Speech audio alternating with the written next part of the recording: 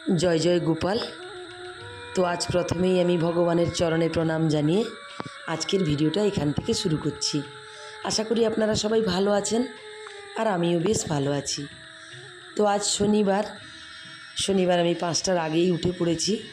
তো উঠেই আমি বাড়ির কাজকর্মগুলো সেরে চান দান সেরে আমি পুজোটাও কমপ্লিট করে নিলাম। তো পুজোটা করে আমি একটু কাপড় চোপড় মিলবো বলে ছাদে গেছি। তো ছাদে কাপড়গুলো মিলে দিলে একটু তাড়াতাড়ি জলটা ঝরে যায়, বাতাসে একটু আধা শুকনোও হয়ে যায়।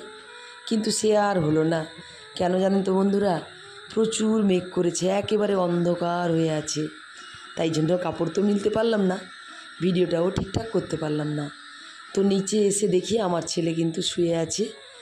ওই জন্য ওকে ডেকে দিয়ে আমি আমার হাজব্যান্ডের জন্য 1 কাপ চা করে দিলাম, লিকার চা। ও চা খেতে থাকবে আর আমি কিন্তু চললাম বিছানাটা তুলব। তো বিছানাটা গুছিয়ে সুন্দর করে পরিপাটি করে রাখলে ঘরের সৌন্দর্যটা অনেকটাই বেড়ে যায়। যেমন আমার সকালবেলা উঠলে পুজো করার তাড়া থাকে, তেমনি চান করতে যাওয়ার আগে বিছানাটাও গুছিয়ে দেওয়ার ইচ্ছে হয়। কিন্তু সে আর হয় না। বর্ষাকাল, আশেপাশে তো ঘন জঙ্গল হয়েছে, গ্রামের বাড়ি, তো ওই কারণে মশা লাগবে। আমার ছেলে শুয়ে থাকে, তো আমি এই জন্য মশারিটা গুছাতে পারি না, বিছানাটা গুছিয়ে রাখতে পারি না। তো পুজো টুজো করার পরে আমার ছেলেকে তুলে তারপরে বিছানাটা গুছাই। তো এই দিকে দেখুন, আমি তো বিছানা গোছাচ্ছি, গুছিয়ে সুন্দর করে পরিপাটি করে রাখছি।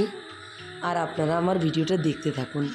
আর কি জানেন তো বন্ধুরা, তো আমরা বাড়ির গৃহবধূরা যারা আছি তারা যদি সবাই সংসারে মন দিয়ে সংসারটাকে নিজের মতো করে গুছিয়ে সামলাই, তাহলে সত্যি কথা বলতে সংসারে কিন্তু সুখ স্বাচ্ছন্দ্যের একেবারেই অভাব হয় না।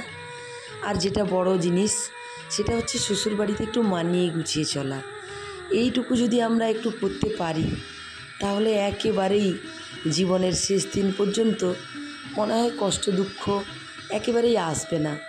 তো সংসারটাকে নিজের মতো করে সাজিয়ে গুছিয়ে পরিপাটি করে সংসারটাকে একেবারে সাজিয়ে তুলতে পারে শুধু মেয়েরাই। তাই মেয়ে হিসেবে আমার তো খুব গর্ব হয়।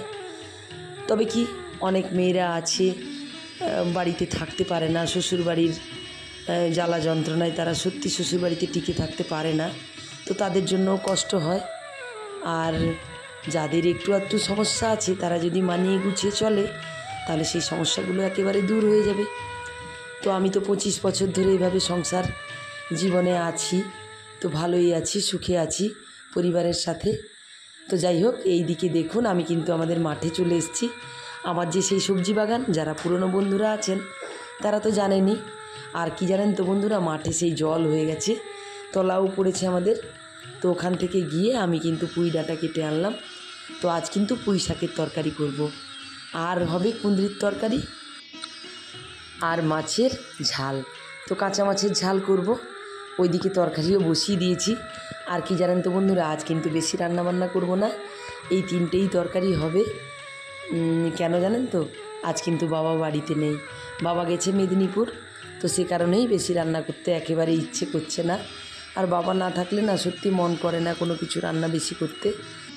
তাই জন্য আজ একেবারে হালকা পাতলা রান্না, তো ওটা দিয়েই আমরা খাওয়া দাওয়া করে স্কুলে চলে যাব।